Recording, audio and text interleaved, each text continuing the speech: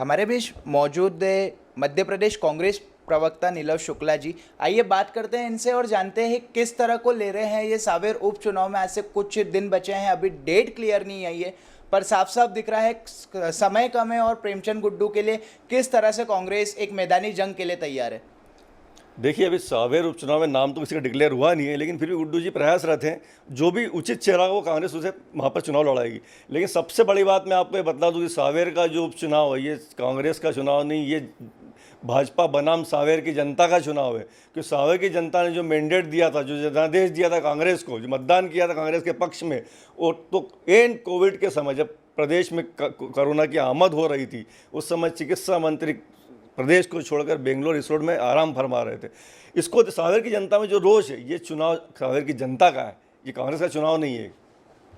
भैया, जैसे बीजेपी का एक मोटिव हमेशा चला है कि कैंडिडेट चुनाव नहीं लड़ता है, पार्टी संगठन चुनाव लड़ता है। तो जैसे आकाश जी कैलाश विजयवर्गीय के पुत्र प्रभारी बने हैं, रमेश मेंदोला को प्रभार दिया है, कहीं ना कहीं गोलू शुक्ला भी उस दौड़ में लगे हुए हैं। तो आपको क्या लगता है सावेर से कांग्रेस किसको आगे करती है? कौन सा नया चेहरा प्रभार के रूप में इंदौर आता है? देखिए, भाजपा जो बातें करती है कि पार्टी चुनाव लड़ रही है, पहली बात भाजपा ये बता कि फिर उनकी पार्टी ने सरकार बनाई कहाँ है।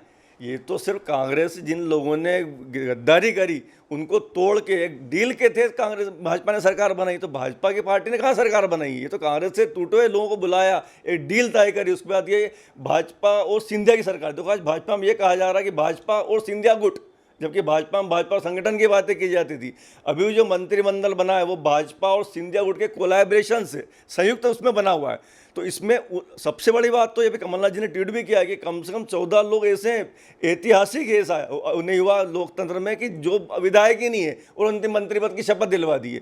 ये सीधे सीधे संवैधानिक प्रक्रिया का उल्लंघन है, लेकिन उसके बाद भी किया गया है। और इस दौरान उन्होंने बड़े बड़े जो इनके कद्दावर नेता थे, बड़े बड़े विधायक थे, उन सबको हाशिए में ला दिया। तो भाजपा में आंतरिक तो टूट फूट शुरू हो ही चुकी है। अब इंदौर से रमेश मेंदोला जी को ही लेना, इतने वरिष्ठ नेता हैं, बड़े विधायक हैं, लेकिन उनका जनाधार बहुत मजबूत है। तो भाजपा के प्रदेश संगठन हमेशा भय बना रहता है कि बड़े जनाधार वाले नेता को मंत्री नहीं बनाया जाए। कहीं ना कहीं प्रदेश संगठन अपने आप को असुरक्षित महसूस करता है।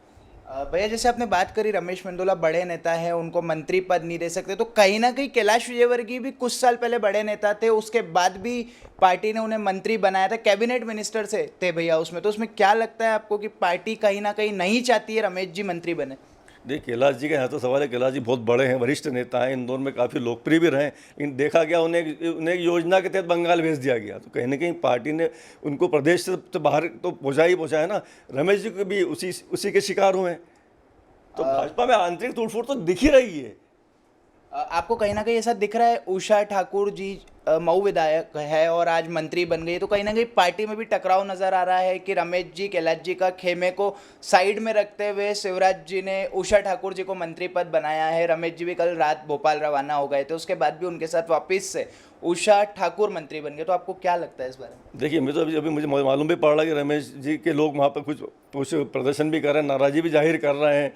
और उषा ठाकुर को जो मंत्री बनाया है तो निश्चित रूप से ऊपरी पकड़ से बनाया उन्हें। लेकिन बड़े जनाधार वाले नेता तो फिर भी रमेश मेंदोला ही, तो सभी जानते हैं, वर्षों से जीतते आ रहे हैं, लाखों के मतों से जीतते हैं।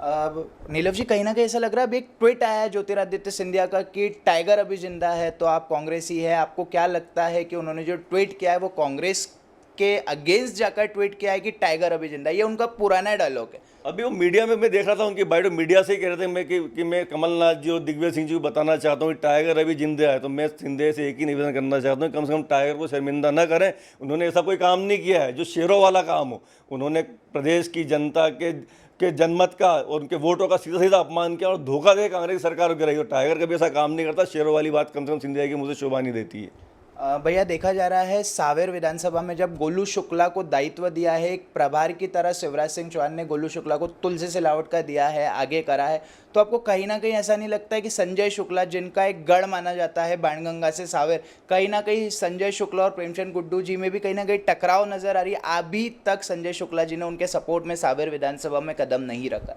देखिए, मुझे ऐसा लग रहा है प्रेमचंद गुड्डू जी जब किसी का भी नाम होगा, मैं किसी का नाम डिक्लेयर नहीं करता है, तो पार्टी तय करती है, जो भी नाम होगा उसमें कांग्रेस प्रदेश सभी लोग पूरी तन मन धन से लगेंगे, पूरा सहयोग करेंगे, क्योंकि सबको इस चीज़ का दुख है, दर्द है, और प्रदेश की जनता को दर्द है कि आज चलती हुई सरकार को कोविड काल के दौरान गिराया गया। उसी कारण कोरोना महामारी प्रदेश में बहुत तेज़ी से बढ़ी।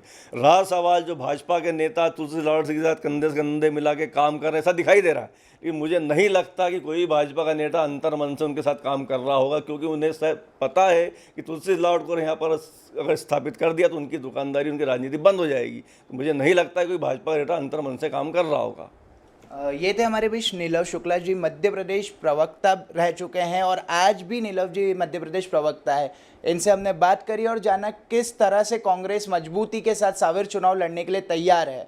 वो तो आने वाला समय बताएगा कि कौन पहनता है विधायक का ताज। अक्षय कुमायूं के साथ शुभम खत्री, IMP न्यूज़, इंदौर।